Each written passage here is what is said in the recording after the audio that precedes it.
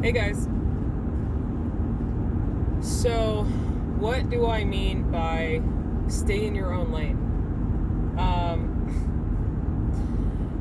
Obviously in driving terms, it means what it means. But when it comes to dealing with other people, especially people who are trying to provoke you, trying to control your behavior, trying to get a rise out of you, trying to make you look bad,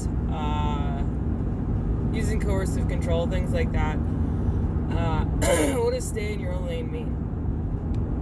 Stay in your own lane means quit trying to control that other person's behavior. It means quit trying to prove that they're the bad guy. They're the bad guy, right? I know that, you know that. Okay, it is what it is.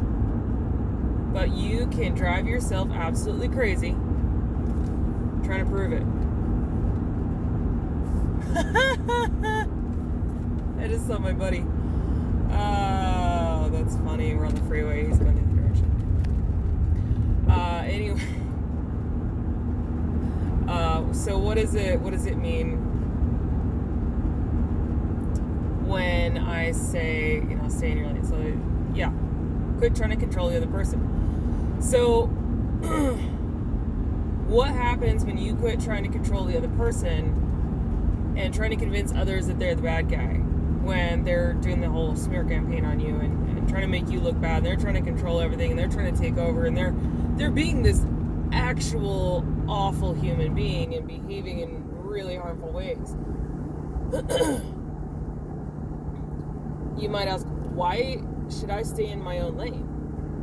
People need to know about this person.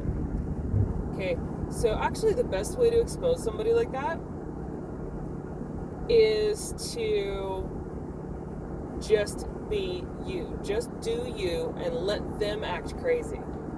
Okay? Because they will go to more and more extremes to get a reaction out of you, to get a response out of you, to get the behavior they want out of you so that they can say, ha, look, I was right about that. If you go about your life completely unbothered by their stuff, non-reactive to it, that's going to make them crazy because that means they're not in control of you, and then they're going to escalate that more than likely. Focus on you. Focus on your life. Where are you going? Where do you want to go in your life? If you don't know or you don't have the answer to that, then that's what you need to be focusing on. Not the other person, not their behavior, not their actions. Who do you want to be? What kind of traits do you want to have? What do you want to bring to the table? What do you want to offer the world? Those are the questions to be asking. Those are the things to be working on. Okay? Because the minute the abuser gets you to react, they will hide everything that they have done, and they will turn around and point the finger at you as being the problem. Okay? You cannot react to their stuff. And oh, trust me, I know it is so much easier said than done. So much easier.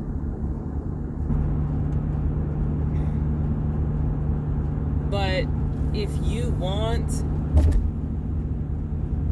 to actually, expose this person for what they are,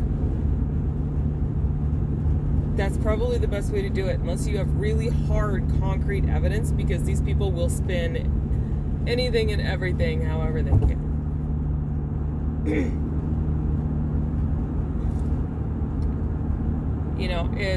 It's super, super easy for people like that to do,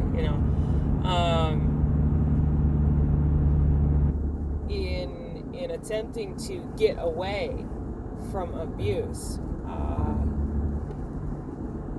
It's been said that, I abandoned my family, that I'm crazy, that I'm unstable, because of how I reacted to the abuse. Okay? All the while, the abuse was never mentioned, right? So how do I combat that? How do I combat that? I build myself into something unassailable. That's, that is the best way to prove them wrong, is to become the absolute antithesis to what they're trying to say that you are. You don't have to say a word in your own defense, because who you are, how you act, how you show up proves their lie.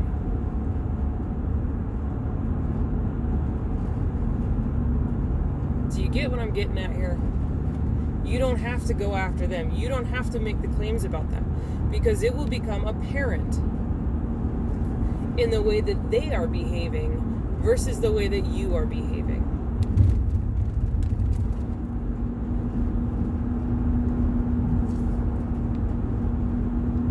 I cannot stress how important that is.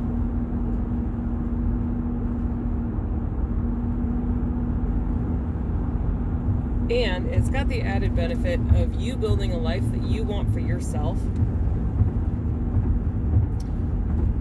It's not just spent playing defense to their BS.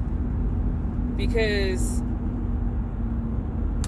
what that means is that they're still winning. If you're living your life to play defense or play offense or whatever,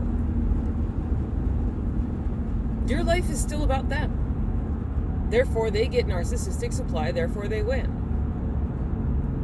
You cannot play these games with these people.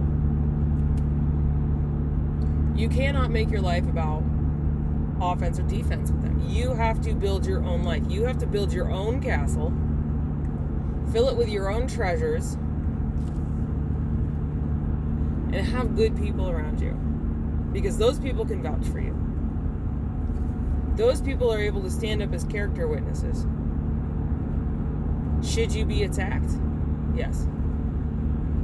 They will stand up for you. That was not a question of should you be attacked. The answer is yes. No. That was should you be attacked? Yes, they will stand up for you. Pauses are important. Just like punctuation. So surround yourself with good people. Become someone they absolutely can vouch for. Horses out in the field. Very pretty horses. Become someone they can vouch for. Make sure that every good thing that they can say about you is true. Or what you want them to say about you is true. And that actually requires hard work. Looking in the mirror, working on yourself, working on your reactivity. Building your own character, because I tell you what, these abusers will tear you apart. They will make you, not only will they make you emotionally crazy, but they will make a liar out of you. They will try to get you to betray and abandon yourself and other people. They will cause rifts. They will cause all sorts of havoc and mayhem. They will cause all sorts of problems if you let them. And it's all in the reactivity. All in the reactivity. So that's what I mean by stay in your lane. Work on you. CYA, yeah. But don't make your life about them. Don't make your life about defending yourself. Don't make your life about going on offense. Because I tell you what, if you directly try to expose these people, it's going to be a heck of a fight, and the odds aren't great, because they're great at covering their own butts and making you look like the bad guy in the process. But if they're coming after you, and you have built for yourself a stellar reputation, if you have, if you are known to be reliable, and you are known to be steady and calm and all of the things that they say that you aren't, and you aren't all of the things that they say that you are, who's going to look crazy?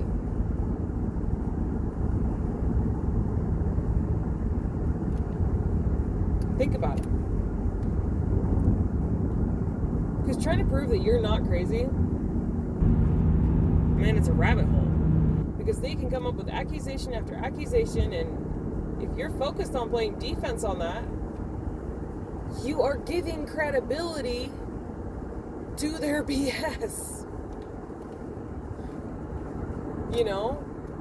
But if you're out there and you are just living your life and you've got the integrity, you've got the people to vouch for you, you've got the moral fiber and the proof of it, nothing that they throw at you is going to stick.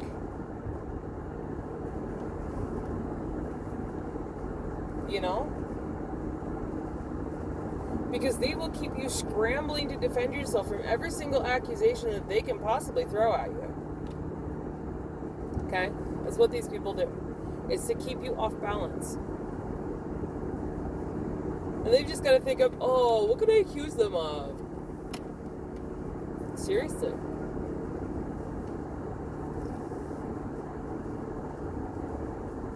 And if you're so busy defending yourself from that, you do not have the time or energy to build a life, build a reputation, build a network of connections that's going to shield you from that. So do what you got to do. Stay in your lane. Stay in your own lane. Oh.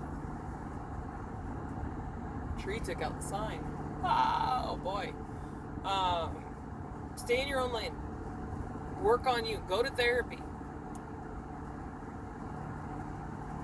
Work on your reactivity. You know, you don't have to react to them and their stuff. And I'm going to tell you something. Not reacting to their stuff does not mean that they are not a problem. That their behavior is not problematic. No. Not reacting to it means that you are not giving it power over you and your actions and how you move and how you respond. Okay? That's what it means. It you know, if a tree falls in the forest and nobody hears it, does it make a sound? It creates sound waves. If somebody does something crappy and you don't react to it, you know, by doing whatever it is that they want you to do, however they want you to react, is that thing that they did still crappy? Yes. Do you need to react to it? No. Ideally, what you would do is you get away from that person. You know? And it's really hard when somebody is like, they're super ungrounded and they don't know how to do self-control. They don't know how, like, they don't have that because they are in an abusive relationship or they've come out of an abusive relationship. That's really hard because, you know, they're not trying to hurt you. They're just trying to get their own needs met. They're scared, they're looking for safety, they're looking for connection, they're looking for something that they're not getting and haven't gotten, and they don't know how to get it. You know, their coping skills were probably completely wrecked by this relationship that they were in, or how they grew up, or whatever, or they never gained them in the first place. And when you've got something like that, it is really hard because you almost need to have a professional involved if you are not super, super educated. What's going on here, guys? It's not freezing out. The road's a little bit wet. Bro. Oh,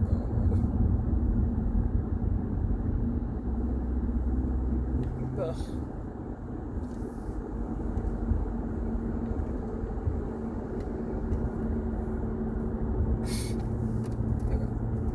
not bad. Oof.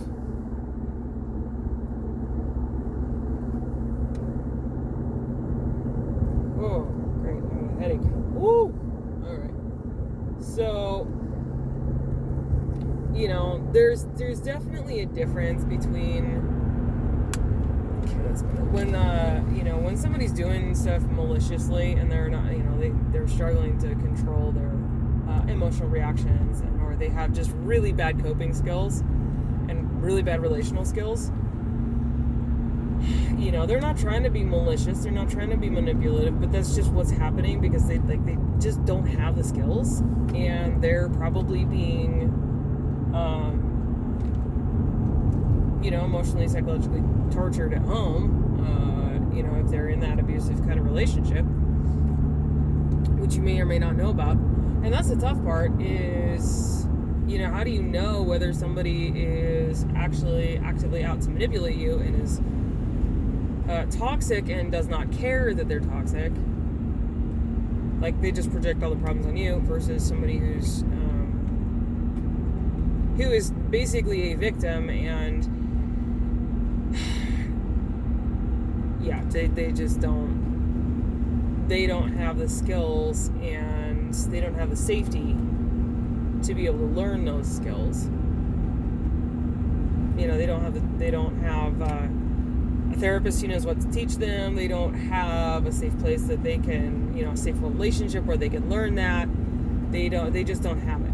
So, or it's not modeled for them, hasn't been and isn't being modeled for them. And the best thing that you can do in a situation like that is, have healthy boundaries for one, and for two, model that behavior. Model that healthy behavior, the healthy relational behavior, and explain it, okay? Because if you model it, great, awesome. But if somebody has unhealthy coping mechanisms and techniques and stuff like that, tools and skills, and you do not explain to them what you are doing, then they are going to think that you are shutting them out, that you don't care about them, etc. So it really helps to explain this stuff. It's like, no, I'm not being mean. This is just as far as I can go. This is the behavior I can accept and no further, and it's tough. Seriously, it is. Having been that person who didn't have a healthy or really any grasp of, cognitive grasp of boundaries, I knew, hey, this doesn't feel good, I don't like this, etc. But I did not actually understand the principles behind boundaries. I didn't. I knew that I didn't want to be manipulative, but I didn't, in some ways I didn't know how to not be manipulative because I didn't have the skills. All I knew is that I had these needs and they weren't being met, and I had I had some skills, but I didn't have really what I needed. So find a therapist. Honestly, if you struggle with this, find a therapist who's good at teaching relational skills and communication skills, because that is so freaking important, guys. Having healthy communication skills and being able to communicate about this stuff is so freaking important. If I set boundaries with somebody and they come from a background where they don't understand that, then it is really helpful for me to be able to explain that. Can I stop them from being hurt by me having boundaries? No, I can't. Oh, geez. Okay, no, we're not doing this.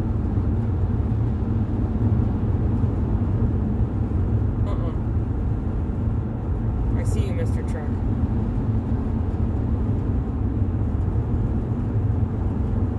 Semi wanted to move over. He was getting real close to the truck in front of him, and So anyway, oh, that's not snow, is it? Oh, it's snow. It's snow. Grr, it's snow. I don't have snow tires on. I wasn't expecting snow. Anyway, learn your communication skills, man. It is so freaking important because a lot of us have some really, really unhealthy communication skills. We don't know how to ask for what we want. We don't know how to identify what we want. And when we don't know, we can't do better. So, a lot of times what it takes is that modeling and explanation and, I grew up without a clear communication of boundaries and communication skills, and nope.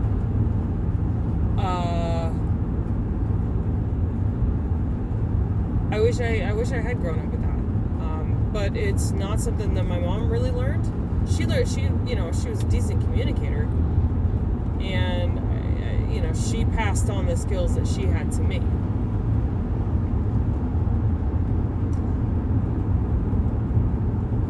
And I've had to learn additional skills because that's the thing is, in a lot of families, there aren't a whole lot of healthy skills being passed down. Some families are great at that. Some families aren't.